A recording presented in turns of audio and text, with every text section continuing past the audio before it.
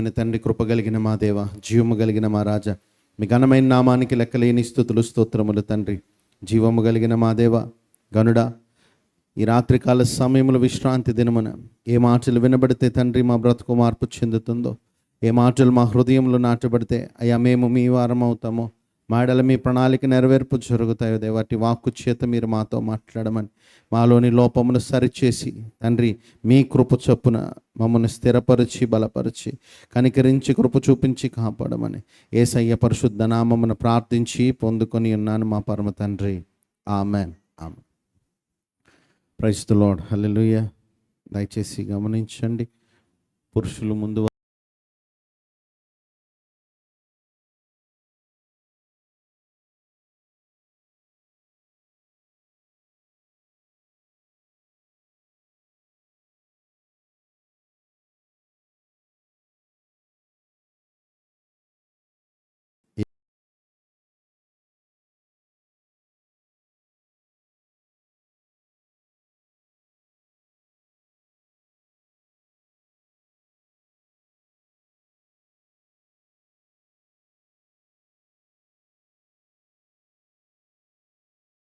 చిన్న ప్రశ్న. పరిశుద్ధ గ్రంథంలో నుండి అపోస్తుడైన పౌలు కొరింథీయులకు రాసిన మొదటి పత్రిక, కొరింథీయులకు రాసిన మొదటి పత్రిక 11వ అధ్యాయము 28వ మాటను ఒకసారి చదువుకుందాం. పరిశుద్ధ గ్రంథంలో నుండి అపోస్తుడైన పౌలు కొరింథీయులకు రాసిన మొదటి పత్రిక. కాబట్టి ప్రతి మనుష్యుడు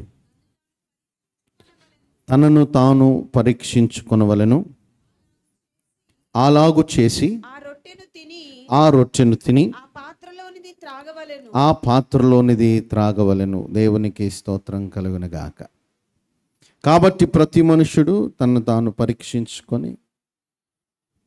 పరీక్షించుకొనవలెను, అలాగు చేసి ఆ రొట్టెను తిని ఆ పాత్రలోనిది త్రాగవలెను. ఈ రాత్రికాల సమయంలో రేపటి రోజున మనము బలలో పాలు పంపులు పంచుకుంటాం గనుక దేవుని లేఖనము మనల్ని ప్రశ్నిస్తున్నటువంటి మాట, కాబట్టి ప్రతి మనుష్యుడు తనను తాను పరీక్షించుకొనవలెను. ఏం పరీక్షించుకోవాలి అన్నది ప్రశ్న.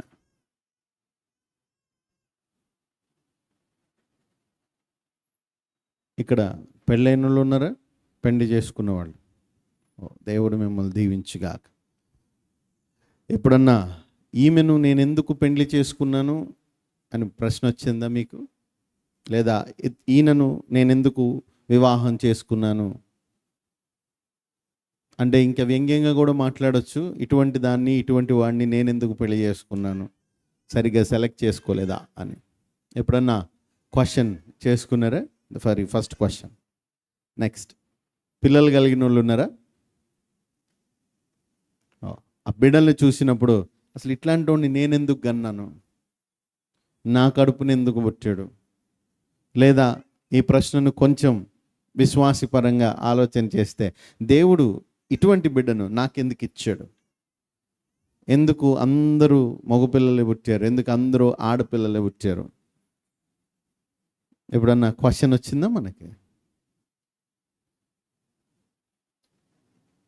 చదువుకున్న వాళ్ళు ఉన్నారా? డిగ్రీ జాయిన్ అయిన వాళ్ళు, degrees, BTech or BCom, BSc degree చదువుకున్న వాళ్ళు ఎప్పుడన్నా ఆలోచన చేశారా, నేను ఎందుకు ఈ కోర్స్ తీసుకున్నాను, అసలు నన్ను ఎవడు ఈ కోర్స్ చదివించాడు, why I became an engineer అని? ప్రవీణ్, నీకు ఎప్పుడన్నా అనిపించిందిరా? At least once in a while.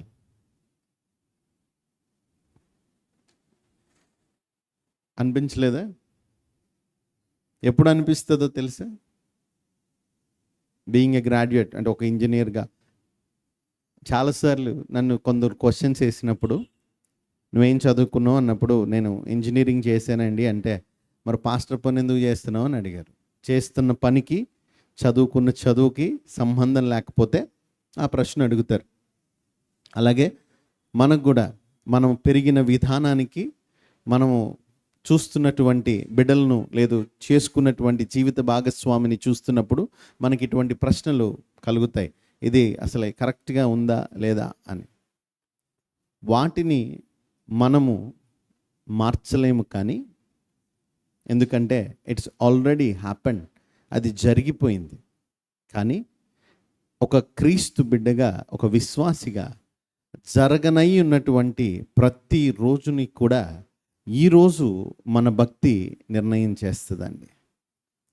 ఆ విషయాన్ని ఖచ్చితంగా మనం జ్ఞాపకం చేసుకోవాలి. దేవుని బిడ్డలమైనటువంటి మనము ఈరోజు మనము ఎలా ప్రవర్తిస్తున్నాం అన్న విషయము మన భవిష్యత్తును నిర్దేశిస్తుంది. కనుక దేవుని బిడ్డలమైనటువంటి మనమట ప్రతిరోజు, ఇక్కడ వ్రాయబడినటువంటి మాట మనము చూస్తే, మిమ్మల్ని మీరు పరీక్ష చేసుకొని అక్కడ వ్రాయి, కాబట్టి ప్రతి మనుష్యుడు తనను తాను పరీక్షించుకునవలను, అలాగు చేసి రొట్టెను తిని పాత్రలోనిది త్రాగవలను. రొట్టె దేనికి సాదృశ్యం అండి? జీవము కలిగిన దేవుని యొక్క శరీరము అనగా వాక్యానికి సాదృశ్యం. ద్రాక్షరసము దేనికి సాదృశ్యము? కలువరి శిలువలో సర్వశక్తుడైనటువంటి దేవుడు మన కొరకు చిందించినటువంటి పరిశుద్ధ రక్తము, కలువరి శిలువలో ఆయన కార్చిన పరిశుద్ధ రక్తమునకు సాదృశ్యముగా ద్రాక్షరసం. సో దేవుని యొక్క శిలువ మరణాన్ని స్మరించుకోకుండా ఏ క్రైస్తవుడు ఉండడు. దేవుడు అనుగ్రహించినటువంటి లేఖనమును చదవకుండా ఏ క్రైస్తవుడు కూడా ఉండడు. సో దేవుని బిడ్డలమైనటువంటి మనము ఆయన లేఖనమును చదువుతున్నా, ఆయన త్యాగమును స్మరిస్తుకున్నా, మనము చేయవలసిన మొట్టమొదటి పని ఏంటి అంటే మనల్ని మనము పరీక్షించుకోవాలట. ఏమని పరీక్షించుకోవాలి అంటే, మనలో 2 విషయాలు ఉన్నాయా లేదా అని పరీక్షించుకోవాలి. ఆ 2 విషయాలు ఎవరికన్నా తెలుసా? సీనియర్ విశ్వాసులు ఒకసారి ఆలోచన చేయండి. 2 విషయాలు. దేవుని బిడ్డలమైనటువంటి మనము ప్రతి నిమిషము, ప్రతి క్షణము వాక్యం చదువుతున్నప్పుడు దేవుని యొక్క కలువరి శిలువలో క్రయధనముగా అర్పించబడినటువంటి ఆ శిలువ త్యాగాన్ని స్మరణకు తెచ్చుకుంటున్న ప్రతిసారి మనం 2 విషయాలు జ్ఞాపకం చేసుకోవాలట. ఆ 2 విషయాల్లో మనం ఎలాగున్నాము అని మనల్ని మనం పరీక్షించుకోవాలట.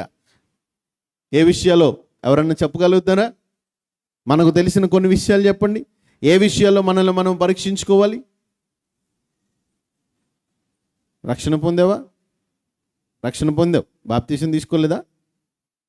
తీసుకోలేదు. దేవుడు నిన్ను దీవించుగాక. తీసుకున్న వాళ్ళు బాప్తీసం తీసుకున్నావా? రైట్. తీసుకున్నప్పుడు చెప్పాలి కదా దేని విషయంలో మనల్ని మనము సెల్ఫ్ ఎగ్జామిన్ చేసుకోవాలి, మనల్ని మనము పరీక్ష చేసుకోవాలి. సులువుగా చెప్పేటటువంటి మాట ఏంటో తెలుసా? పవిత్రత విషయంలో చాలా వెరీ సింపుల్. పవిత్రత విషయంలో సరిగ్గా లేకపోతే అమ్మో దేవుని దగ్గరికి రావాలి, క్షమాపణ అడగాలి, పవిత్రత సంపాదించుకొని బల్లలో పాలు పంపులు పంచుకోవాలి. నెక్స్ట్, పరిశుద్ధత కాకుండా ఇంకేమైనా? నేను ఒక ఆన్సర్ చెప్పాను, పరిశుద్ధత కాకుండా ఇంకేమైనా. ఎందుకంటే ఇక్కడ ఎవరన్నా ఒకళ్ళు పరిశుద్ధత చెప్పేస్తారు కదా. నా చూపు ఖచ్చితంగా ఉందా, తలంపు ఖచ్చితంగా ఉందా, మాట ఖచ్చితంగా ఉందా, క్రియలు ఖచ్చితంగా ఉన్నాయా? పరిశుద్ధత కాకుండా ఇంకేమన్నా విషయాల్లో మనల్ని మనము పరిశీలన చేసుకోవాలా? అడగండి పక్కన వాళ్ళని. మీరు ఆ మాట చెప్తే వాక్యంలోనికి వెళ్దాం. లేదు చక్కగా మౌనంగా ఉంటారంటే నేను కూడా మౌనంగా ఉంటాను. చాలా రోజులు అయింది కదా ప్రశ్నలు అడిగి, అలవాటు అయిపోయినట్టుంది. నేనే ప్రశ్న వేసి నేనే సమాధానం చెప్పి చెప్పుకుంటూ పోవటం. కనుక ప్రశ్న వేశాను, పవిత్రత కాకుండా దేని విషయంలో మనల్ని మనము ప్రశ్నించుకోవాలి? విశ్వాస విషయంలో. గుడ్.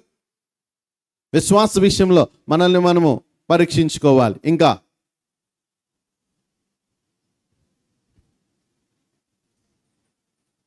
అట్లీస్ట్ 1.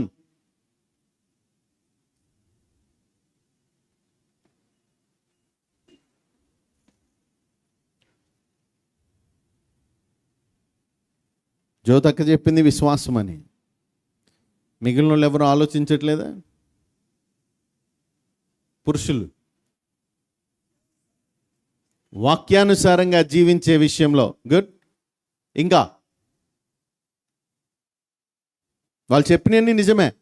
పరిశుద్ధత నిజమే, విశ్వాసం నిజమే, వాక్యానుసారమైన ప్రవర్తన నిజమే. ఇంకా ఏమన్నా అమ్మా? పశ్చాత్తాపం ఓకే, 50-50 సగమే. ఇంకా అది ఒక క్రియ. పశ్చాత్తాపం అనేది ఒక పని, క్రియ. నెక్స్ట్, దేని విషయంలో మనల్ని మనము పరీక్ష చేసుకోవాలి?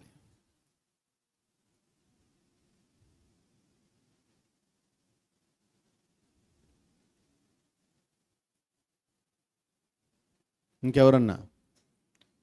తలలు కిందకి దించిన వాళ్ళందరూ తలలు పైకెత్తి కొంచెం ఆలోచన చేసి చెప్పాలా? సంతోషకరమైన విషయం ఏంటో తెలుసా? ఈరోజు లైవ్ బంద్ చేయట్లా. సో వైఫై ఆగి ఆగి వస్తుంది. సో ఇబ్బంది ఏం లేదు, నన్ను ఎవరు తిట్టుకోరు కనుక బోల్డ్ అంత సమయం ఉంది మనకి. సో మంచిగా చెప్పొచ్చు. సో ప్లీజ్, దేని విషయంలో? వాక్యానుసారంగా ప్రవర్తించడం అయిపోయింది, విశ్వాసం అయిపోయింది, పరిశుద్ధత నేను చెప్పేసాను. ఇంకా సత్యమన్నా? క్రీస్తుని పోలి జీవించే విషయంలో గుడ్. ఇంకా రవి గారు, నాగరాజన్న, అందుకే ముందు కూర్చోమంట. చూడు, వెనక్కి వెళ్ళిపోయావు. నువ్వు ముందున్నప్పుడు చక్కగా జవాబు చెప్పేవాడు. వెనక్కి వెళ్ళిపోయామంటే సైతాన్ దూరేసిందని అర్థం, అంతే. నెక్స్ట్ చెప్పాలా? పుష్ప,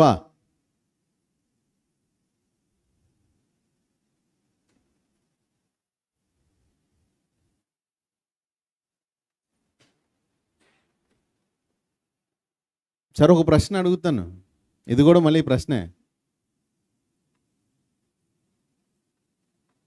భార్యాభర్తలకి ఉండవలసిన కనీస ధర్మం,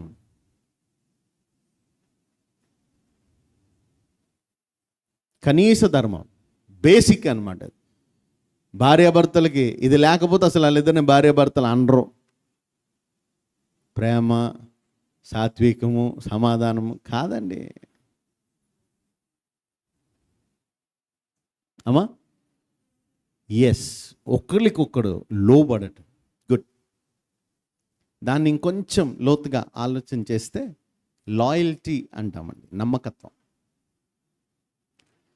దేని విషయంలో మనల్ని మనము పరీక్షించుకోవాలి అంటే లాయల్టీ, నమ్మకత్వంలో. మీరు ఎప్పుడన్నా అనుకున్నారా ఆ చెల్లి సమాధానం చెప్తుందని? వాక్యాలు చదవమంటే మా వాళ్ళు అసలు పాస్టర్ గారి కంటే ముందే చదివేస్తారు, అవునా? అందుకే ప్రశ్నలు వేస్తాను. కనీసం ఆ చెల్లెన్న చెప్తుంది సమాధానం. ఎప్పుడన్నా చదివారు? చెల్లి వాక్యం చదవలేదుగా ప్రసంగికుడు చెప్తున్నప్పుడు, కానీ ఇంటి దగ్గర చదువుకున్నావు. చూడు, దేవుడు నీతో మాట్లాడిచ్చాడు. అందుకే ప్రశ్నించాలా, ఆలోచన చేయండి. నమ్మకత్వం. దేవుడు మనల్ని చూచినప్పుడు, if God looks towards us, మనం దేవుని దగ్గరికి వచ్చి ప్రార్థన చేస్తున్నప్పుడు ఆ ప్రార్థన దేవుడు విని మనకు జవాబు ఇవ్వాలి అంటే మనలో ఏముండాలి? మనము పవిత్రులుగా ఉండాలంటే మనలో ఏముండాలి? మనము వాక్యానుసారంగా జీవించాలంటే మనలో ఏముండాలి? ఇవన్నీ ఒకదానికొకటి కలుపుకొని ఆలోచన చేస్తే అస్సలు మనము దేవునికి నమ్మకత్వంగా ఉన్నామా? Are we loyal towards the Lord? జీవం కలిగిన దేవుడు మనకు ఆహారం ఇచ్చాడు, జీవం కలిగిన దేవుడు వస్త్రం ఇచ్చాడు, జీవం కలిగిన దేవుడు ఉండటానికి నివాసం ఇచ్చాడు, జీవం కలిగిన దేవుడు జీవం ఇచ్చాడు, ప్రాణం ఇచ్చాడు. కనుక ఇన్ని ఇచ్చిన దేవునికి మనము నమ్మకస్తులమై ఉన్నామా? పక్కన వాళ్ళని అడగండి, దేవునికి నమ్మకస్తులుగా ఉన్నావా అని. గట్టిగా తట్టి అడగాల. రమ్య అడుగు, బ్లెస్సీని, దేవునికి నమ్మకస్తులుగా ఉన్నారా? అడగాల. కుడివైపు ఉన్న వారికి, ఎడమ వైపు ఉన్న వారికి, దేవునికి నమ్మకస్తులుగా ఉన్నావా? ఈ నమ్మకమైనోడు అని ఎలా చెప్తాం మనం?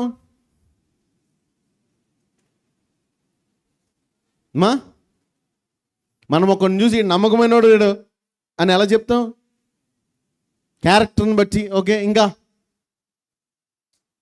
సింపుల్ మాట, రబాయ్ నమ్మకమైనోడు అని ఎప్పుడు చెప్తావు? అమ్మ జగ చెప్పింది, అప్పగించిన పని బాధ్యతతో చేస్తే, మనకు అప్పగించిన పని మనం బ్రహ్మాండంగా చేస్తే, మట్టి తోటడానికి వచ్చినోడు బ్రహ్మాండంగా మట్టి తవ్వుతే, ఇల్లు కట్టడానికి వచ్చినోడు బ్రహ్మాండంగా ఇల్లు కడితే, ఇల్లు చిమ్మటానికి తుడవటానికి వచ్చినోడు బ్రహ్మాండంగా ఇల్లు తుడిస్తే, బట్టలు ఉతకడానికి వచ్చినోడు బ్రహ్మాండంగా బట్టలు ఉతికితే, వంట చేయడానికి వచ్చినోడు బ్రహ్మాండంగా వంట చేస్తే, కాపురం చేయడానికి వచ్చిన తల్లి బ్రహ్మాండంగా కాపురం చేస్తే, ఇప్పుడు ఏమంటాం మనం?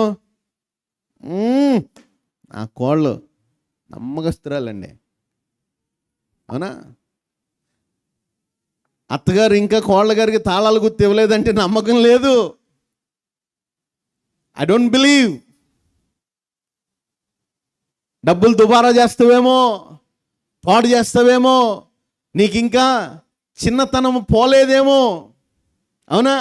పెద్దరికపు లక్షణాలు ఇంకా రాలేదేమో, విచక్షణ అవగాహన రాలేదేమో, రాబోతున్న సమస్యను ముందుగా పసిగట్టడం తెలియలేదేమో, అందుకే నీకు ఇంకను ఇంటిలో అధికారం రాలేదు అంటే నువ్వు ఆ నమ్మకత్వాన్ని సంపాదించుకోలే.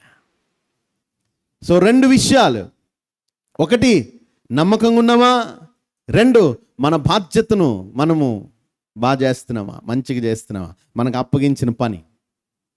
ఈ 2 విషయాలు ప్రతి క్రైస్తవుడు, మీరైనా సేవకులుగా మేమైనా పరిశీలన చేసుకోవాలి. బల్ల తీసుకునే ప్రతిసారి వ్యభిచరించినోళ్ళు ఉంటారు, అబద్ధం ఆడనోళ్ళు కూడా ఉంటారు, చూపుతో పాపం చేయని వాళ్ళు ఉంటారు, క్రియలతో పాపం చేయని వాళ్ళు ఉంటారు, తలంపులతో పాపం చేయని వాళ్ళు ఉంటారు. తెలుసా, మనం వెతికితే దొరుకుతారు అటువంటి వాళ్ళు. కానీ ఇవన్నీ కాకుండా ఎప్పుడన్నా ఆలోచన చేసామా, అసలు దేవుడు మనల్ని పుట్టించిన పుట్టుకకు అర్థం వెతికి కనుక్కొని మన పనిని మనం చేయిపోతే కూడా అది పాపమేనని?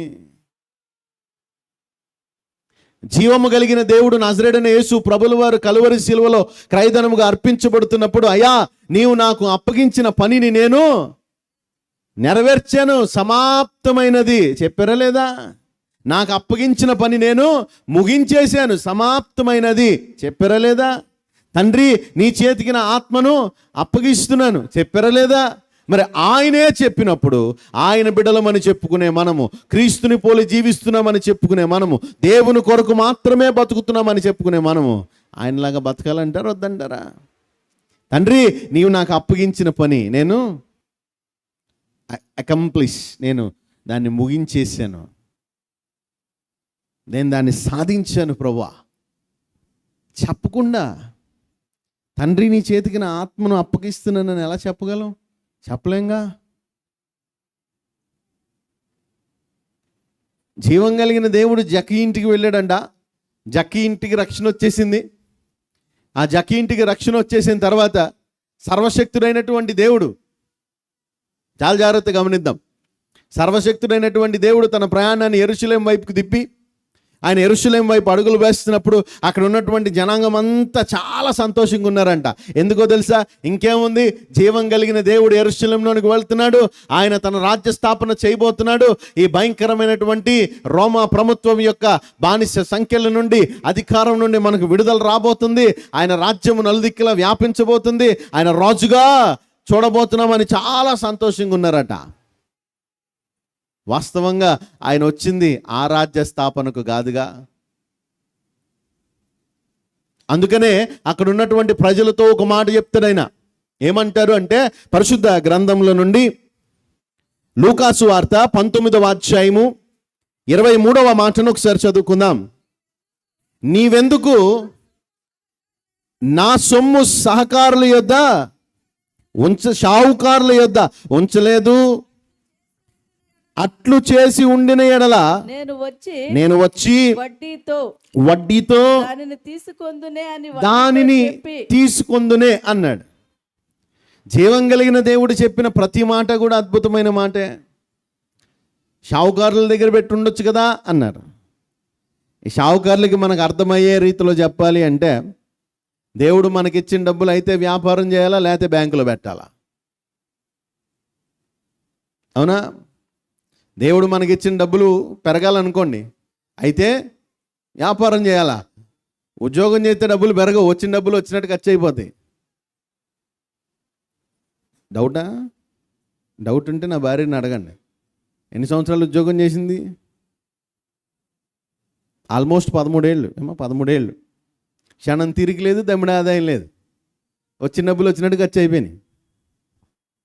ఎందుకంటే లాభం చూసుకోవడానికి ఉండదు. ఈ నెలలో వచ్చింది, అమ్మాయ మిగిలినలే పర్లేదు అనుకునేటప్పుడు వచ్చే నెల ఏదో ఖర్చు వచ్చేది అయిపోద్ది. ప్రతి ఉద్యోగస్తులకి అందుకనే మీరు బాబు ఎంత సంపాదించామంటే గవర్నమెంట్ ఉద్యోగస్తులు పిలిచి అడగండి. యథార్థంగా ఉద్యోగం చేసిన వాళ్ళు, వాళ్ళ జీతం మీద మాత్రమే బతికే వాళ్ళని పిలిచి అడగండి. వాళ్ళు ఏం చెప్తారో తెలుసా? వచ్చిన డబ్బులు అప్పులు కట్టడానికి సరిపోతుంది అంటారు. ఈఎంఐలు, ఇల్లు కొనుక్కోవాలంటే ఈఎంఐ ఉండాలా, వాహనం కొనుక్కోవాలి ఈఎంఐ, లోన్ కావాలా. ఎందుకంటే నిలవ ఉండదు. అదే ఒక వ్యాపారస్తుని పిలిచి అడగండి, చెప్పండి. వ్యాపారస్తులు ఇప్పుడు మంచి నూనె ప్యాకెట్ ఉందనుకో, మంచి నూనె మనం వాడతాం కదా. మంచి నూనె ప్యాకెట్ తెల్లారితే 10 రూపాయలు పెరుగుతుంది అనుకో, ఈ రాత్రి గుడివాడ అంతా తిరగండి, దొరికిద్దామో మీకు? ఎవడో నమ్ముతాడు నష్టానికి? తెల్లారితే పాత రేటు మీద 10 రూపాయలు లాభం. రేపు పొద్దున వచ్చి కొనుక్కో అంటాడు. స్టాక్ లేదు, రేపు పొద్దున్న రా అంటాడు. కొన్న రేటు మీద ఎంత లాభం వచ్చింది? గట్టిగా 10 రూపాయలు లాభం వచ్చింది. ఎందుకంటే పైన ముడి సరుకు దొరకట్లేదు అంటారు. తర్వాత ముడి సరుకు దొరికిన తర్వాత వీళ్ళు రేట్లు తగ్గిస్తారా? అవునా? చిన్న మాట చెప్పనా, నా స్నేహితుడు ఒకడు వ్యాపారం చేస్తున్నాడు. ఎంత మంచిగా వ్యాపారం చేస్తున్నాడు అంటే, వాళ్ళ పెదనాన్నగారు వాడికి డబ్బులు పంపించారు. ఎంత పంపించారు? 70 లక్షలు పంపించారు. అరే పొలం ఏమన్నా చూసుకొని పెట్టరా అని. ఇడు మంచిగా 70 లక్షలు తీసుకొని మొత్తం ఒంగోలు అంతా తిరిగేశాడు, ఎక్కడన్నా పొలం దొరుకుతుందేమో అని. మంచి తోట ఒకటి దొరికింది, చాలా తక్కువకి వచ్చింది తోట. ఎకరం 20 లక్షలు అంట.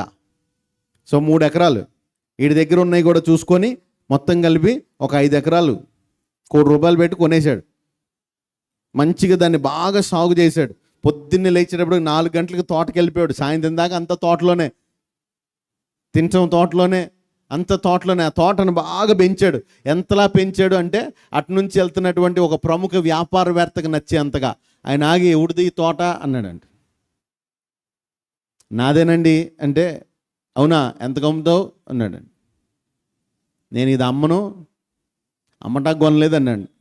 కాదురా బాబు, నువ్వు నాకు అమ్ము, ఎందుకంటే నా కూతురు అడక్కడక్క ఇది చూసినప్పుడు ఇట్లాంటిది కొనిపెట్టినానా అని అడిగింది. సో కొంటాను అన్నాను. ఖచ్చితంగా నా కూతురు ఆశపడిందంటే ఇది కొనాల్సిందే అని. నేను అమ్మనండి, నేను అమ్మటానికైతే కొనలేదు. ఈ ఆర్గ్యుమెంట్ జరిగితే ఆ ఊళ్ళో ఒక పెద్ద ఆయన పిలిచి, అరే నువ్వు నేను ఒక కులస్తుడే, మనకంటే పెద్ద కులం ఏది లేదురా, నువ్వు ఆడికి అమ్మపోతే ఎట్ట చెప్పండి, 5 కోట్లకి తెచ్చిస్తా అన్నాడు. ఎంత? 5 కోట్లు. ఆడు కొన్నది ఎంత?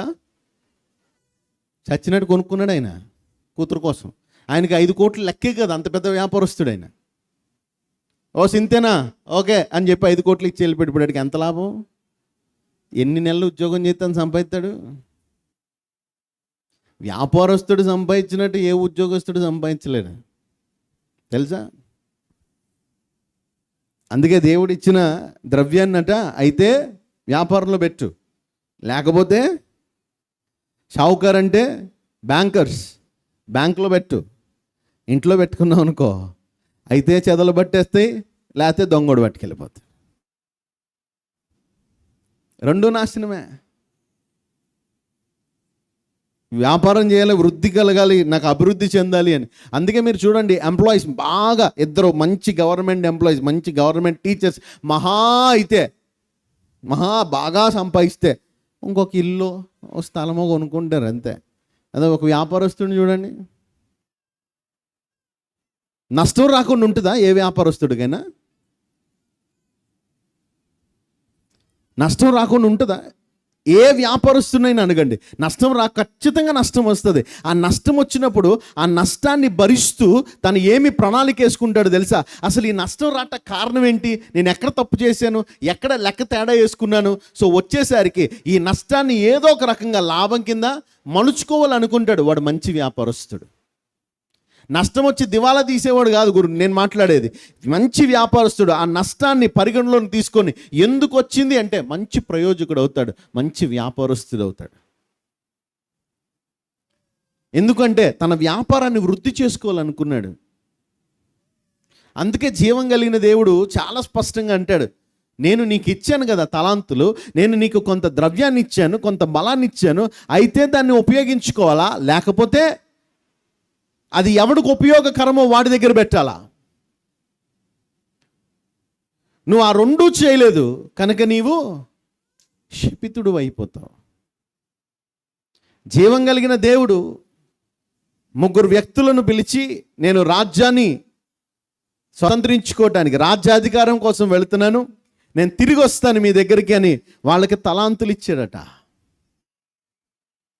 అందరికి చక్కగా తలాంతులు ఇచ్చాడు. ముగ్గురికి 3 తలాంతులు ఇచ్చాడు. మొదటివాడు ఏం చేశాడు? 1ని 10 చేశాడు. రెండవవాడు ఏం చేశాడు? 1ని 5 చేశాడు. మూడవవాడు ఏం చేశాడు? 1ని 1గానే ఉంచాడు.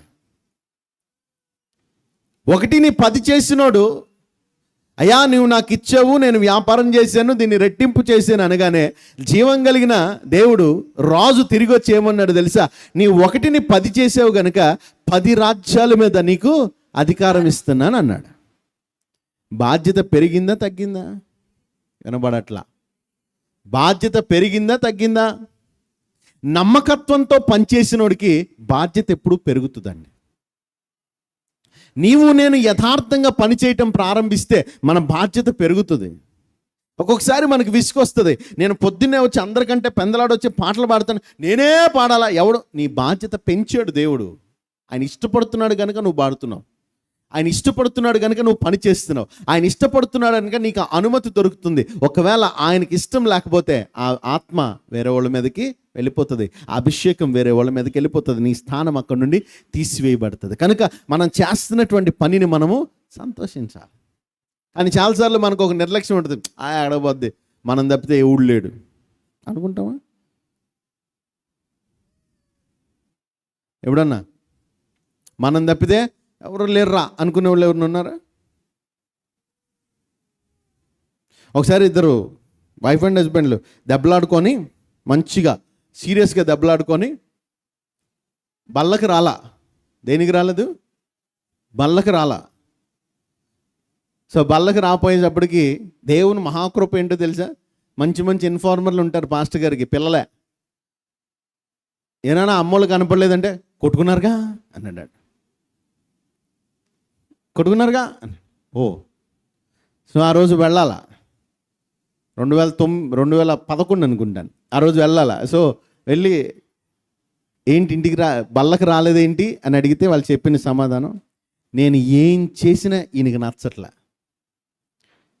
టీ పెడితే పంచదార సరిగ్గా లేదంటాడు, వంట వండితే కూర సరిగ్గా లేదంటాడు. ఆయన ఎందుకు మీకు నచ్చట్లేదండి అంటే ఆయన అన్నాడు, నచ్చకపోతే నచ్చలేదనే చెప్పాలి కదండి, అందులో పంచదార ఎక్కువైతే పంచదార లేదనే చెప్పాలి కదా, ఎక్కువైందనే చెప్పాలి కదా, నచ్చలేదు అని. అప్పుడు ఆ ఇంట్లో పెద్ద కూతురుండి, తప్పు మా అమ్మదే అని. ఏ అంటే మొట్టమొదట టీ అడిగారంట. ఆయన చేతి పని చేసుకుంటాడమ్మా, కష్టపడి పని చేస్తాడు. సో పని చేసుకొని ఇంటికి అలసిపోయి వచ్చినప్పుడు, అమ్మ టీ పెడతావంటే, నేను అలసిపోయాను కానీ ఇప్పుడు పెట్టలేనులే. ఓ సర్లే అని చెప్పి ఆ సంచి ఊరికి వెళ్ళి తాగేసి వచ్చాడంట. ఇప్పుడు ఆయనకి సంచి ఊరికి వెళ్ళి టీ తాగటం అలవాటు అయిపోయింది. సందు చివరికి వెళ్ళి టీ తాగుతుంటే 4 స్నేహితులు కూడారు. ప్రతిరోజు సాయంత్రం పని ముగించుకొని రావటం, స్నానం చేసుకోవటం, సందు చివరికి వెళ్ళి టీ తాగటం. ఇప్పుడు ఎవరి టీ బాగుంటుంది? ఎందుకు బాగుంటుందో తెలుసా? ఆ కొట్లో వ్యాపారం చేసేవాడు వాడి టీ బాగుండాలని పెడతాడు.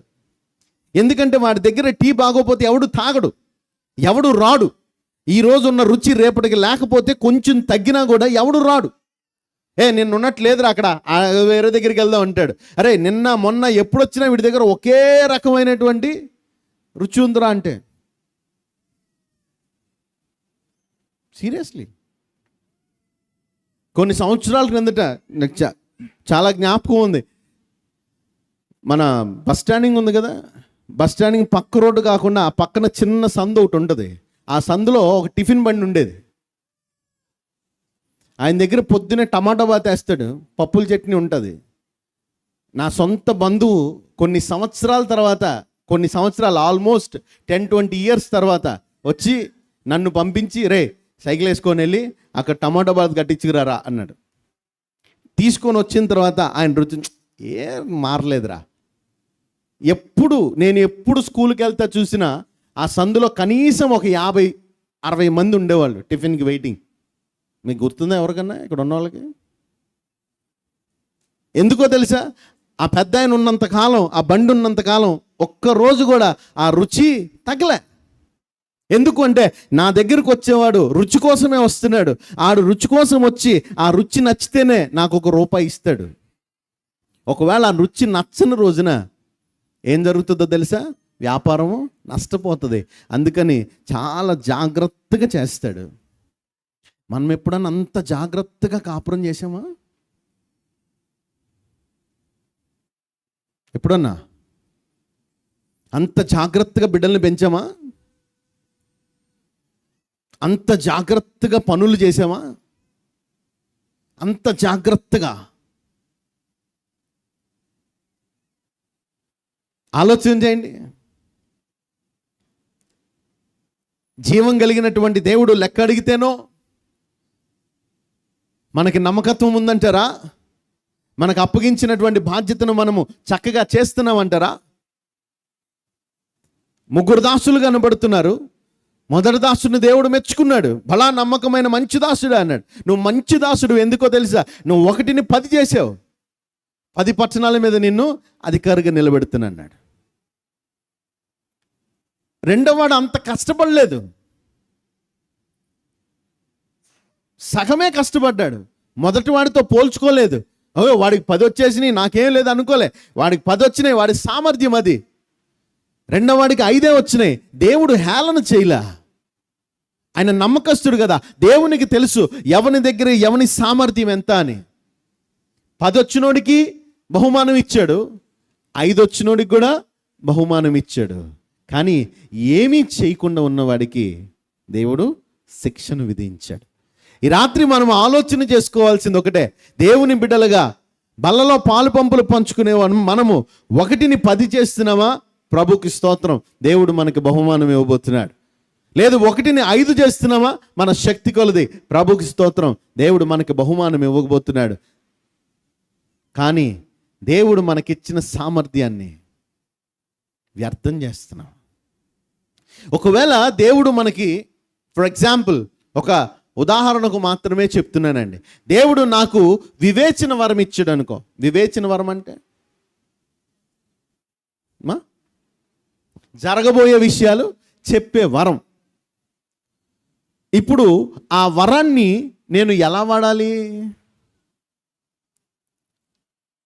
నాకు దేవుడు వరం ఇచ్చాడు గనక ఎవడన్నా నా దగ్గరకు వచ్చి నన్ను అడిగితే అప్పుడు నేను ప్రభువుని అడిగి, ప్రభా నువ్వు మాట్లాడు అని జరగబోయే విషయాలు నేను చెప్పాలి అనుకుంటే నేను నమ్మకస్తున్నైన దాసుని అవుతానండి? నా బాధ్యతను నేను సరిగా నెరవేర్చిన వాడిని అవుతానా? అవ్వను కదా. దేవుడు నాకు ప్రవచించే వరం ఇచ్చాడు అనుకో. ఎవడన్నా నన్ను అడిగితేనే ప్రవచిస్తాను సార్, ఎవడు నన్ను అడగలేదు అనుకుంటే ఆ వరము నిర్వీర్యం అయిపోవట్లేదా? ప్రయోజనం లేకుండా. దేవుడు దర్శన వరము, దేవుడు ప్రార్థించే వరము, దేవుడు వాక్యం చదివే వరము, దేవుడు గాయములు కట్టే వరము, దేవుడు విజ్ఞాపన చేసే వరము ఇస్తే ఆ వరాన్ని మనము సద్వినియోగం చేయకుండా బల్లలో ఎలా పాలు పంపులు పంచుకుంటామండి? గొప్ప పరిచర్య చేశాడు కదా ఎవరు? అపోస్తలుడైన పౌలు. చాలా గొప్ప పరిచర్య చేస్తాడు. అంత గొప్ప పరిచర్య చేసినటువంటి పౌలు చెప్పేటటువంటి మాట ఏంటో తెలుసా? పరిశుద్ధ గ్రంథంలో నుండి అపోస్తలుడైన పౌలు చెప్పినటువంటి ఒక మాటను స్మరణకు తెచ్చుకుందాం. కొరింథీయులకు రాసిన మొదటి పత్రిక 15వ అధ్యాయము 10వ మాటను ఒకసారి చదువుకుందాం. అయినను నేను ఏమై ఉన్నానో దేవుని కృప వలననే అయ్యున్నాను. నేను దేవుని కృప వలననే అయ్యున్నాను. మరియు నాకు అనుగ్రహింపబడిన ఆయన కృప నిష్ఫలము కాలేదు. కానీ ఏమంటున్నాడవా? దేని విషయమై చెప్తున్నాడు ఆ మాట? వినబడట్లా. దేవుడు మనందరికీ కూడా కృపావరాలు ఇస్తాడు, అవునా? వరాన్ని అద్భుతమైన పేరుతో పోలుస్తాం. మనం ఏమంటాం? ఉట్టి వరం మనం కృపావరం అంటాం. ఆ వరాన్ని దేవుడు మనకిచ్చినప్పుడు ఆ వరము ఏమంటున్నాడు ఆయన? నిష్ఫలము కాలేదు కానీ. ఇక్కడ దేవుడు మనందరికీ రేపు బల్లలో పాల్గొనే మనందరికీ కూడా ఒక గొప్ప వరం ఇచ్చాడు. ఏంటా వరం? ఆయన కృప వలన మనమందరం కూడా రక్షణ పొందుకున్నాం. అవునా? ఆయన కృపను బట్టి మనమందరం ఏమయ్యామండి? పక్కన వాళ్ళకి చెప్పండి, ఆయన కృపను బట్టి రక్షణ పొందుకున్నాం అని గట్టిగా చెప్పాలి. ఆయన కృపను బట్టి, కుడివైపు ఎడం వైపు ఆయన కృపను బట్టి. మరి మనం పొందుకున్న రక్షణ నిష్ఫలమైపోతుందా, ప్రయోజనకరంగా ఉందా?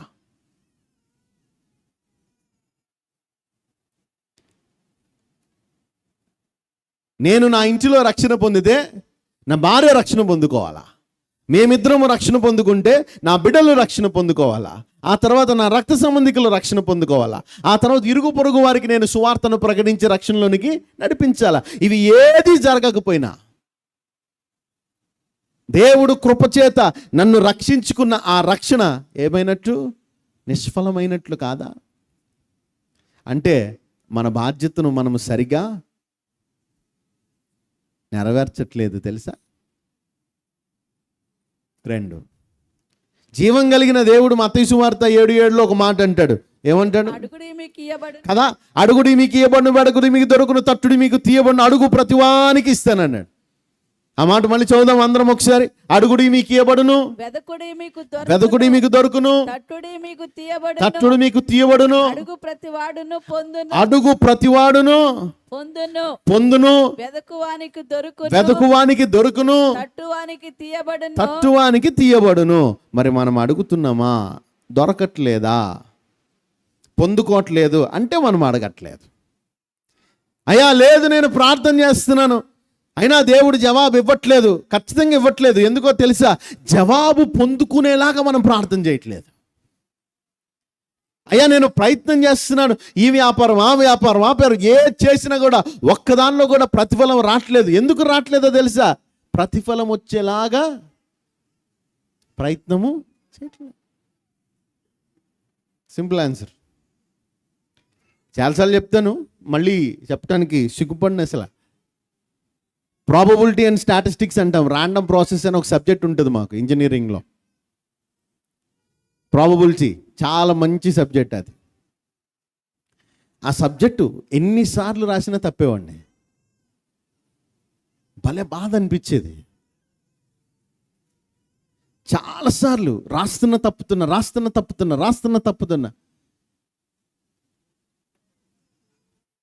ప్రభువుని అడిగాను, ఎందుకు ఇలా తప్పుతున్నావు అంటే, ఒక స్నేహితుడి దగ్గర నుండి వచ్చిన చిన్న సమాధానం. అరే నేను ఎంత బాగా రాసినాడు, మార్కులు వేయట్లేదురా అంటే వాడు అన్న మాట, వాడు మార్కులు వేసేలాగా నువ్వు రాయట్లేదేమో కదా. నేను ఎంత బాగా రాసినా అంటే నాకు అనిపిస్తుంది నేను మంచిగా రాస్తున్నాను. నేను ఎంత బాగా రాసినా వాడు మార్కులు వేయట్లేదు. కానీ వాడు మార్కులు వేయాలి అంటే ఎవడికి నచ్చినట్టు రాయాలి కదా. చాలాసార్లు మనం కూడా నాకు నచ్చినట్టు చేస్తాను. సార్ మీకు నచ్చినట్టు మీరు ఉంటున్నారు మంచిదే, కానీ క్రైస్తవులుగా క్రీస్తు బిడ్డలుగా మనం ఎవరికి నచ్చినట్టు ఉండాలా? మనం ప్రార్థన చేస్తున్నాం, జవాబు రాట్లా. కారణం ఏంటో తెలుసా?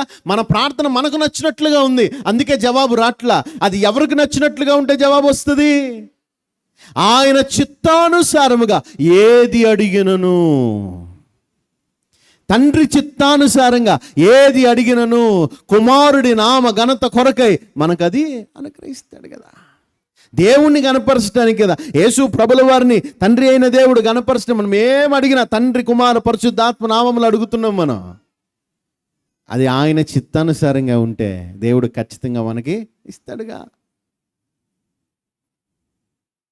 అంటే మనం చేస్తున్న ప్రార్థన దేవుని చిత్తానుసారంగా చేయట్లా. మరి ఎవరు చిత్తానుసారంగా? మన చిత్తానుసారం. ఇంటర్మీడియట్ అయిపోయిన తర్వాత,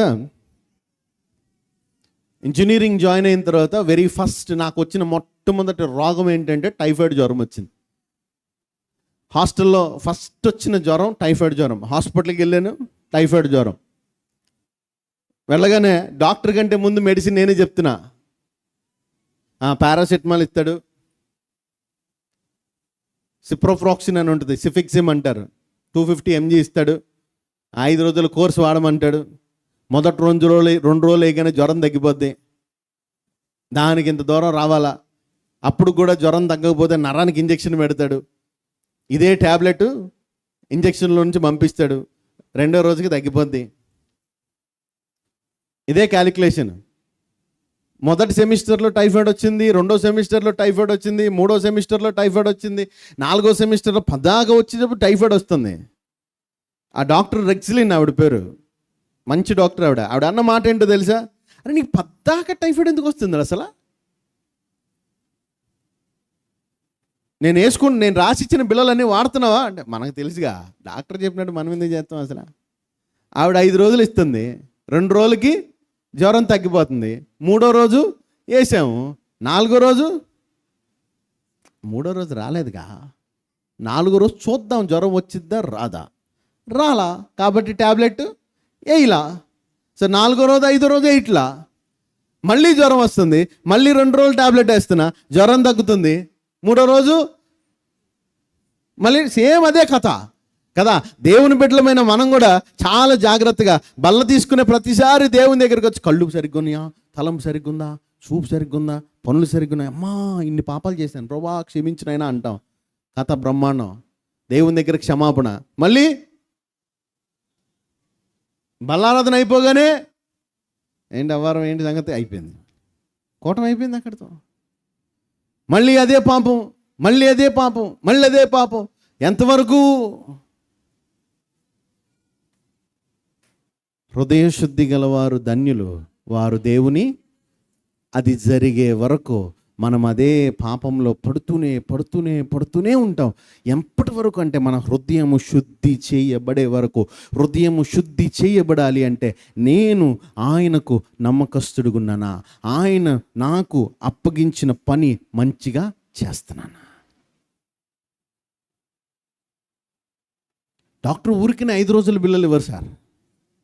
కోర్సు ఇచ్చారు అంటే ఆయన తెలుసు, 5 సంవత్సరాలు చదువుకుంటాడు, వాడు పనిలేక చదువుకోలే.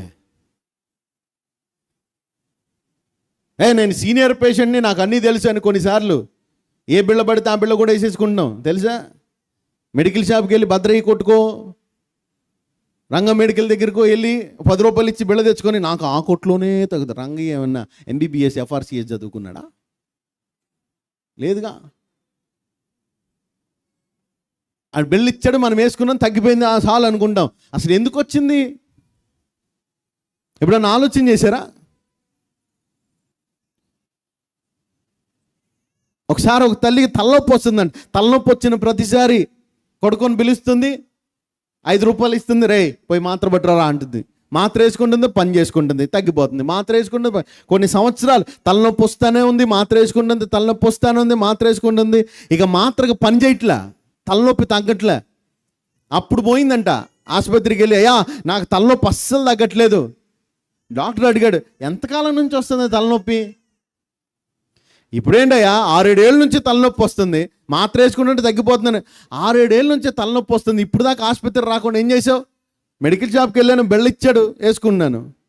అర్జెంటుగా ఈమెకి తలకి MRI స్కాన్ చేయాలంటే ఊరుగా, అందుకే నేను ఆసుపత్రికి వద్దన్నా. వెళ్తే రకరకాల టెస్టులు చేసి అంట లేనిపోయినవన్నీ చెప్తున్నాను, లోపల లేకుండా చెప్తాడు. భర్తను తిట్టింది, అనవసరంగా నీకు డబ్బులు ఎక్కువ ఉండి తీసుకొచ్చావు హట్ పదాని. భర్తకు పాపం భార్యను బతికించుకోవాలని ఆశ కదా. ఆసుపత్రి తీసుకెళ్ళి పరీక్ష చేసి ఏం చెప్పారో తెలుసు డాక్టర్ గారు, నీ తలలో గడ్డ ఉంది, 2 రోజులు నీకు ఆపరేషన్ చేయకపోతే అది పగిలిద్ది, నువ్వు చస్తావు అని చెప్పాడు. ఆపరేషన్ చేశారు, పక్షవాతం వచ్చింది. వాళ్ళు చెప్పిన మాట ఏంటో తెలుసా? ఇదే గడ్డ ఆరంభంలో ఉన్నప్పుడు చిన్న పెసరబద్దంత ఉంటుంది, అప్పుడే నువ్వు ఆసుపత్రికి వచ్చి ఉంటే, అప్పుడే నీకు పరీక్ష చేస్తుంటే అది తలలోనే కరిగిపోవటానికి మందులు ఇంజక్షన్లు ఇచ్చేవాళ్ళం, ఇంత దాకా వచ్చి ఉండేది. చాలాసార్లు మనం అశ్రద్ధ చేస్తాం, ఏం కాదులే నాకు తెలుసులే. డాక్టర్ల కన్నా ఎక్కువ తెలుసు మనకి. సేమ్ విశ్వాసులు కూడా అంతే, పాస్టర్ గారుల కన్నా మనకు ఎక్కువ తెలుసు. చాలాసార్లు సేవకులకు కూడా మనమే సేవకుడు అయిపోతాం. యాజకుడికి మనం ప్రధాన యాజకుడు అయిపోతాం. అందరికీ సలహాలు చెప్పేస్తాం. ఇట్ట ప్రార్థన చేయకూడదు, ఇట్ట ఉండకూడదు, ఇట్ట బతకూడదు, ఇట్ట జరగకూడదు, రకరకాలు మనమే చెప్పేస్తాం. ఒకసారి ఆలోచన చేయండి, ఇవన్నీ చేస్తున్న మనము అసలు మన పని ఖచ్చితంగా చేస్తున్నామా? మనము దేవునికి యథార్థంగా ఉన్నామా? ఎందుకు ఇంత కష్టపడి ప్రతిసారి మనం ఖచ్చితంగా ఉన్నామా? మన పని మనం చేస్తున్నామా? దేవుడు మనకిచ్చిన తలాంతు సరిగ్గా చూసుకుని ఎందుకు పరీక్షించుకోవాలి అంటే, ప్రకటన గ్రంథంలో జీవం కలిగిన దేవుడు ఒక మాట అంటాడు. ఇది కేవలం బల్లరదను కొరకు కాదండి. పరిశుద్ధ గ్రంథంలో పరిశుద్ధ గ్రంథంలో నుండి ప్రకటన గ్రంథము 22వ అధ్యాయము 12వ మాటను ఒకసారి చదువుకుందాం. ఇదిగో త్వరగా వచ్చుచున్నాను, వాని క్రియ చొప్పున ప్రతివానికి ఇచ్చుటకు నేను సిద్ధపరిచిన జీతము నా యొద్ద ఉన్నది. చాలా జాగ్రత్తగా గమనిద్దాం. అక్కడ వ్రాయబడినటువంటి మాట, ఇదిగో నేను త్వరగా వచ్చుచున్నాను, ప్రతి వానికి వాని క్రియ చొప్పున ప్రతివానికి జీతం అటానికి. వాని క్రియ చొప్పున. ఒకవేళ మన క్రియ సరిగ్గా లేకపోతే ఏంటి? ఒకవేళ దేవుని బిడ్డలమైనటువంటి మనము మన ఆలోచన, మన తలంపు సరిగ్గా లేకపోతే, మనకు దేవుడు అప్పగించిన పని మనం సరిగ్గా చేయకపోతే, మంచి దాసుడు ఏం చేస్తాడు? ఎలా పని చేస్తాడు? ఇక్కడున్న మనం అందరం విశ్వాసులమేగా. ఈరోజు మందిరంలో ఉన్నామంటే మనం అందరం విశ్వాసులే. మంచి విశ్వాసి తన విశ్వాసాన్ని ఎలా ముందుకు నడిపిస్తాడు? ఆ ఒక్క మాట తెలుసుకొని ఈరోజు ప్రార్థన చేసుకుని వెళ్ళిపోదాం ఇక్కడ నుంచి. రెండే విషయాలు: నమ్మకత్వంగా ఉన్నామా, బాధ్యత మంచిగా చేస్తున్నాం. మనకు అప్పగించిన పని మంచిగా చేయటం అంటే ఎట్లా చెప్పరా? మంచిగా టీ పెట్టమంటే ఎట్టా? ఎవడు తెలిసా? ఒక్కొక్క రోజు ఉంటుంది. ఇరానీ టీ ఉంటుంది, అవునా, చిట్టి మోటల్ టీ ఉంటుంది, గోల్డెన్ టీ ఉంటుంది, ఆల్ఫా టీ ఉంటుంది. ఒకడికేమో టీ తాగితే గ్యాస్ వస్తుంది, అవునా, మామూలు టీ తాగితే రాదంట, ఇరానీ టీ తాగితేనే వస్తుంది అంటాడు గ్యాస్. ఉన్నారా అటువంటి వాళ్ళు? లేరా? ఉంటారు కదా. నాకు ఆ కొట్లో టీ తాగినప్పుడల్లా గ్యాస్ వస్తుంది అంటాడు. అరే అందరూ పెట్టేది అదే టీ కదరా అంటే రకరకాలుగా పెడతారుగా. మరి మనకు అప్పగించిన పనులు కూడా రకరకాలుగా ఉన్నాయిగా. మరి ఆ రకరకాలు ఉన్నటువంటి పనులు ఎలా చేస్తే దేవుడికి మంచిగా మనం పని చేసిన వాళ్ళం అవుతామంటే, దానికి పరిశుద్ధ లేఖనము ఒక సమాధానం ఇస్తుందండి. దేవుని బిడ్డలమైనటువంటి మనకు అప్పగించిన బాధ్యత మనం ఎలా చేయాలి అంటే, పరిశుద్ధ గ్రంథంలో నుండి పేతురు రాసిన మొదటి పత్రిక 5వ అధ్యాయము. దేవునికి పనివాళ్లలో మొట్టమొదటి ప్రథమ పనివాడు పేతురు. ఆయన ప్రథమ శిష్యుడు చెప్తున్న మాట, పేతురు రాసిన మొదటి పత్రిక 5వ అధ్యాయము 9-10 వచనాలు ఒకసారి చదువుకుందామా. లోకమందున్న మీ సహోదరుల యందు ఈ విధమైన శ్రమలే నెరవేరుచున్నవని ఎరిగి విశ్వాసమందు స్థిరులై వారిని ఎదురించుడి. తన నిత్య మహిమకు, ఆ మాట అండర్లైన్ చేసుకుందామా, తన నిత్య మహిమకు క్రీస్తునందు మిమ్మును పిలిచిన సర్వకృపానిధియగు దేవుడు కొంచెము కాలము శ్రమపడిన పిమ్మట తానే మనలను పూర్ణులుగా చేసి స్థిరపరిచి బలపరుస్తాడు. మన శ్రమ దేని కొరకు? నిత్య మహిమ కొరకు. అందరూ చెప్పండి, శ్రమ దేని కొరకు? మనకు అప్పగించిన పని దేని కొరకు? నిత్య మహిమ కొరకు. మనం పొందుకున్న రక్షణ దేని కొరకు? నిత్య మహిమ కొరకు. ఇప్పుడు మనము నమ్మకత్వంగా ఉండాలి. దేని కొరకు? నిత్య మహిమ కొరకు. కష్టపడి పని చేయాలి, సోమరుగా ఉండకూడదు. దేని కొరకు? నిత్య మహిమ కొరకు. ప్రార్థన నెరవేర్పు జరగాలి, దేవుడు నా ప్రార్థన అంగీకరించాలి. దేని కొరకు? నిత్య మహిమ కొరకు.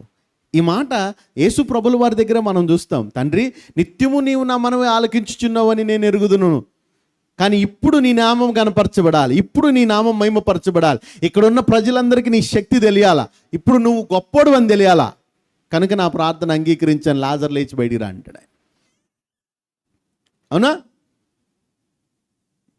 ఇప్పుడు మనం నాబోటోడు చచ్చిపోయిన వాడు లేపాలంటే ఎన్ని సంవత్సరాలు వాల్నైట్ ప్రేయర్ చేయాలమ్మా? అవునా? ఓ దురాత్మ వెళ్ళిపోవాలంటేనే మనకు ఆల్నైట్ ప్రేయర్ కావాలయ్యా. ఇంట్లో ఉన్న అసమాధానం పోవాలి, భార్యాభర్తల మధ్య జరిగిన అసమాధానం పోవాలంటేనే ఆల్నైట్ ప్రేయర్ కావాలయ్యా మనకి. అటువంటిది పేతురేమో చచ్చిపోయిన లే అంటే లేచిపోతున్నాడు, యేసునామం లేంటే లేస్తున్నారట. యేసుప్రభుల వారంటే సర్వశక్తుడైన దేవుని కుమారుడు కాబట్టి ఆయన లేపాడు అనుకోవచ్చు, చనిపోయిన వాళ్ళని బ్రతికించాడు అనుకోవచ్చు. పేతురు బ్రతికిస్తున్నాడు, అపోస్తలుడైన పౌలు బ్రతికిస్తున్నాడు. జాన్ డాడీ అంటారు నరేంద్రనాథ్ అని, చెన్నైలో గొప్ప పరిచయం చేశారు, ఆయన కూడా బతికించాడు చనిపోయిన వాళ్ళు. మరి వీళ్ళందరూ ఎలా బతికిస్తున్నారు అంటే దేవునితో నిత్య సహవాసం. ప్రతి దినము దేవా నా పని మంచిగానుందా, నేను మంచిగా దేవునికి నమ్మకస్తులుగా ఉన్నానా, నా పని నేను మంచిగా చేస్తున్నానా, ఈ రెండు విషయాలే. దేవుడు బలా నమ్మకమైన మంచి దాసుడా. ప్రతిరోజు ఉదయాన్నే మనం దేవుని దగ్గర నుండి పొందుకోవాల్సిన మాట ఏంటో తెలుసా? ప్రభా నేను అటు రాత్రిన పని అప్పగించాను కదా, నా బాధ్యత అయిపోయింది, మరేంటి ఈరోజు నా పని ఏంటంటే బలా నమ్మకమైన పని మంచి దాసుడా, నిన్నటి రోజు నీకు అప్పగించిన పని మంచిగా చేసావు కనుక ఈరోజు నీ కోసం 10 పనులు అప్పచెప్పాను. ఆ పని చేస్తే మళ్ళీ 10, 100, 100, 1000, 1000, 1,00,000. మనకేమో డబ్బులు కావాలాయా? 100,000, 1,000 లక్షలు, లక్షల కోట్లు అవ్వాలి. అవి కోట్లు అవ్వాలంటే ముందు దేవుడు మనకి ఇచ్చినటువంటి రక్షణను మనము జాగ్రత్తగా కాపాడుకొని ఆ రక్షణను నిష్ఫలము కాకుండా ప్రయోజనకరమైనటువంటి ఫలముగా మనము మలుచుకోవాలి. కనుక బల్ల తీసుకునే మీ అందరికీ సర్వశక్తుడైన దేవుని పేరిట మనవి చేస్తున్నాను. దయచేసి మనము ఆలోచించుకోవాల్సిన విషయం, మనము నమ్మకస్తులుగా ఉన్నామా? దేవునికి నిజమైన నమ్మకస్తులుగా ఉన్నామా? దేవుడు మనకు అప్పగించిన పని మనము జాగ్రత్తగా చేస్తున్నామా? మనం దేవుడు కృపచేత రక్షించుకున్నాడు కనుక ఆ కృప మనకిచ్చిన రక్షణ ఫలమును మనము జాగ్రత్తగా కాపాడుకున్నామా? మనం రక్షింపబడ్డాము అంటే మన చుట్టూ ఉన్న వాళ్ళు కూడా కాపాడబడాలండి. యోసేపు రక్షింపబడ్డాడు, యోసేపు చుట్టూ ఉన్న వాళ్ళందరూ కూడా మంచిగా ఉన్నారు. చెరసాల్లో ఉంటే చెరసాల్లో సంతోషం ఉంది, పోతీఫర్ ఇంట్లో ఉంటే పోతీఫర్ ఇంట్లో సంతోషం ఉంది, ఐగుప్తులో ఉంటే ఐగుప్తులో చుట్టూ కరువు వచ్చిందంట. చుట్టూ ఎక్కడ కూడా తిండి దొరకట్లేదు, కానీ ఐగుప్తులో బ్రహ్మాండంగా తిండి దొరుకుతుంది. కారణం ఎవరో తెలుసా? ఒక్క వ్యక్తి దేవుని చేత రక్షింపబడిన వాడు ఉన్నాడు గనక. ఈరోజు ఆ రక్షింపబడిన బిడ్డగా నువ్వు ఉండాలా, నేను ఉండాలా? మనల్ని బట్టి మన ఇల్లు సమృద్ధి చేత నింపబడాలా, మన ఇల్లు క్షేమంగా ఉండాలా? అది ఉండాలి అంటే మనల్ని మనము ఈ రాత్రి పరిశీలన చేసుకోవాలా. మోకరించగలిగిన వారు మోకరించండి, ప్రార్థన చేసుకుందాం. జీవం కలిగిన దేవునికి మనల్ని మనము అప్పగించుకుందామండి.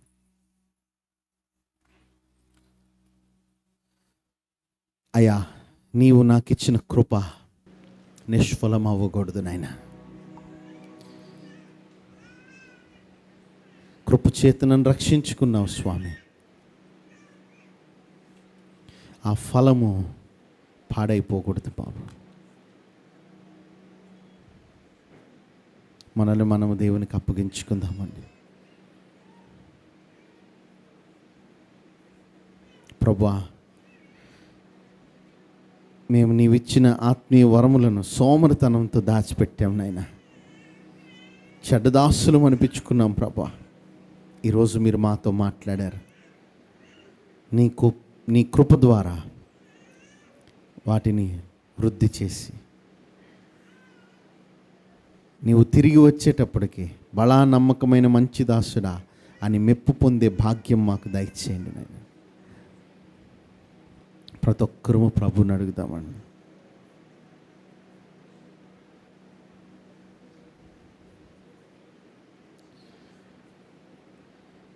లోకము నన్ను హేళన చేయగా, అల్లరితనము నా చుట్టూ చేరగా, ఓటమి నా బ్రతుకును హేళన చేయగా, నీ కృపతో నన్ను బలపరచితివే. ఇంతగా నన్ను హెచ్చించుటకు ఏ పాటి వాడను లేసయా. ఇంతగా నన్ను హెచ్చించు ప్రేమించుటకు ఏ పాటివాడు యేసయ్యా, నీ కృపకు ఎల్లప్పుడూ కృతజ్ఞుడను, నీ కృపకు ఎల్లప్పుడూ కృతజ్ఞుడను. కృపయే కృపయే నేనేమై ఉన్నాను, నీ కృపయే కృపయే కృపయే నే బ్రతికి ఉన్నానంటే కృపయే కృపయే కృపయే నేనేమై ఉన్నాను, నీ కృపయే కృపయే కృపయే నే బ్రతికి ఉన్నానంటే కృపయే. శ్రమలు శోధనలు నన్నావరింపగా, అజ్ఞానము చేనే హీనమవ్వగా, మరణపు కోరలు నా చుట్టూ చేరగా, నీ కృపతో నన్ను బ్రతికించితివే. శ్రమలు శోధనలు నన్నావరింపగా, అజ్ఞానము చేనే హీనమవ్వగా, మరణపు కోరలు నా చుట్టూ చేరగా, నీ కృపతో నన్ను బ్రతికించితివే. ఇంతగా నన్ను ప్రేమించుటకు ఏ పాటి వాడను యేసయ్యా, ఇంతగా నన్ను ప్రేమించుటకు నేనే పాటి వాడను యేసయ్యా. నీ కృపకు ఎల్లప్పుడూ కృతజ్ఞుడను, నీ కృపకు ఎల్లప్పుడూ కృతజ్ఞుడను. కృపయే కృపయే నేనేమై ఉన్నాను, నీ కృపయే కృపయే కృపయే నే బ్రతికి ఉన్నానంటే కృపయే కృపయే కృపయే నేనేమై ఉన్నాను, నీ కృపయే. జీవము కలిగిన మా తండ్రి, నీవు మా ఎడల చూపించిన కృప అది నిష్ఫలం అవ్వకూడదు నాయనా. కృపను బట్టి మేము పొందుకున్న కృపావరాలు నిష్ఫలం అవ్వకూడదు నాయనా. కృపను బట్టి మేము పొందుకున్న రక్షణ నిష్ఫలం అవ్వకూడదు బాబు. కృపను బట్టి మేము పొందుకున్న ప్రతి వరము నిష్ఫలం అవ్వకూడదు నాయనా. అవి ప్రయోజనకరమైనటువంటి ఈవులుగా మలచబడాలి. ఆ కృప నా కుటుంబాన్ని దీవించేదిగా ఉండాలి. ఆ కృప నా కుటుంబాన్ని కట్టేదిగా ఉండాలి. ఆ కృప విశ్వాస పోరాటంలో నా పరుగును కడముట్టించేదిగా ఉండాలి. ఆ కృప నన్ను నీ బిడ్డను చేసేదిగా ఉండాలి నాయనా. అపోస్తుడైన పౌలు చెప్తున్నట్లుగా, జీవము కలిగిన దేవుడు నా ఎడల చూపించిన కృప నిష్ఫలము కాలేదు. ఎందుకు అంటే నేను మంచి పోరాటము పోరాడి తిని నా పరుగును కడముట్టించి తినన్నాడు నాయనా. ఈరోజు బల్ల తీసుకోబోయే నేను అట్టి నిరీక్షణ కలిగి ఉండాలి, అట్టి సిద్ధపాటు కలిగి ఉండాలి, అట్టి సాక్ష్యము నాకు కలిగి ఉండాలి నాయనా. కృప నిష్ఫలం అవ్వకూడదు, నా రక్షణ నిష్ఫలం అవ్వకూడదు, నా సమర్పణ నిష్ఫలం అవ్వకూడదు, నా పరిచర్య నిష్ఫలం అవ్వకూడదు, నా ప్రార్థన నిష్ఫలం అవ్వకూడదు. మెట్టుకునైనా నీ బిడ్డగా నేను నిష్ఫలం అవ్వకూడదు నాయనా. నీవు నన్ను చూచినప్పుడు బలా నమ్మకమైన దాసుడా అనాలి. ఈయన నా ప్రియ కుమార్తె, ఈమె నా ప్రియ కుమార్తె, ఈయన నా ప్రియ కుమారుడు అని నువ్వు చెప్పగలగాలి బాబు. అట్టి ధన్యత నాకు దయచేనైనా. చెడ్డ దాసుడిగా నేను పిలువబడకూడదు నైనా. మంచి బిడ్డగా ఈయన నా ప్రియ కుమారుడు, ఈయన యందు నేను ఆనందిస్తున్నానని జీవము కలిగిన దేవుడు ప్రవచించినట్లుగా లోకమంతరించిపోతున్నప్పుడు, రాకడ సమీపిస్తున్నప్పుడు, మేఘార్హుడు అయినటువంటి నీవు జనములకు తీర్పు తీరుస్తున్నప్పుడు అట్టి సాక్ష్యము పొందుకునే కృప మాకు దయచేయమని యేసయ్య పరిశుద్ధ నామమును ప్రార్థించి పొందుకొని ఉన్నాను మా పరమ తండ్రి. ఆమేన్. మన తండ్రి అయిన దేవుని ప్రేమ, కుమారుడైన యేసుక్రీస్తు వారి కృప, పరిశుద్ధాత్మిక అన్యోన్య సహవాసం వాక్య పరిచయం చేస్తున్న సేవకునికి, ఉపవాస దీక్షలో పాల్గొనడానికి వచ్చిన బిడ్డలకి, బల్లారథలో పాల్గొన్న అన్ని బిడ్డలకి, మరి ముఖ్యంగా సహోదరి స్వర్ణ ప్రభువును నిద్రించింది ఆయన ప్రభావతి గారి యొక్క చర్యలు వారి కుటుంబానికి తోడేండి కాపాడును గాక. ఆమేన్.